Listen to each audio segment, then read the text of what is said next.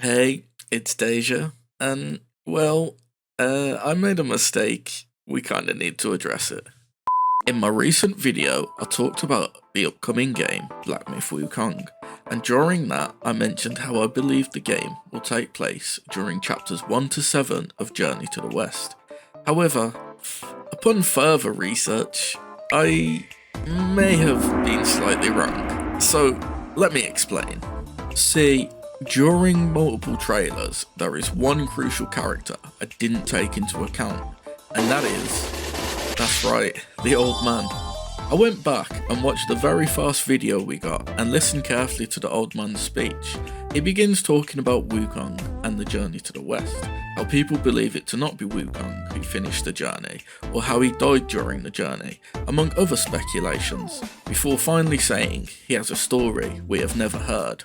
This old man is a very curious character, fitting the role of a storyteller in the game. However, there is just one thing about him I kept noticing in all the trailers. Well, don't you think he looks extremely similar to Wukong? Just bald? Bald Kong, if you will. So here is what I'm thinking. This is Wukong, and we are playing through a cycle of his story. See, Journey to the West was a Buddhist propaganda story, used by the author in an attempt to promote Buddhism in China. One important part of Buddhism is samsara, or the cycle of life, death, and rebirth. In one of the trailers, we see various sisters, including their mother, who many speculate to be one of the Spider Sisters from the book. However, in the book, Wukong went 7-0 against them, leaving none alive. But what if one survived? What if a majority of enemies, specifically bosses, are enemies encountered in the book? In the book, they faced 81 trials on their journey. Well, how many bosses have been confirmed? That's right, 80 plus. It seems awfully close, don't you think? So with Buddhism being a cycle of rebirth, and enemies from the book returning in the game, what if we are meant to fix the wrongs committed in the journey, to help the bosses overcome their problems and finally achieve enlightenment?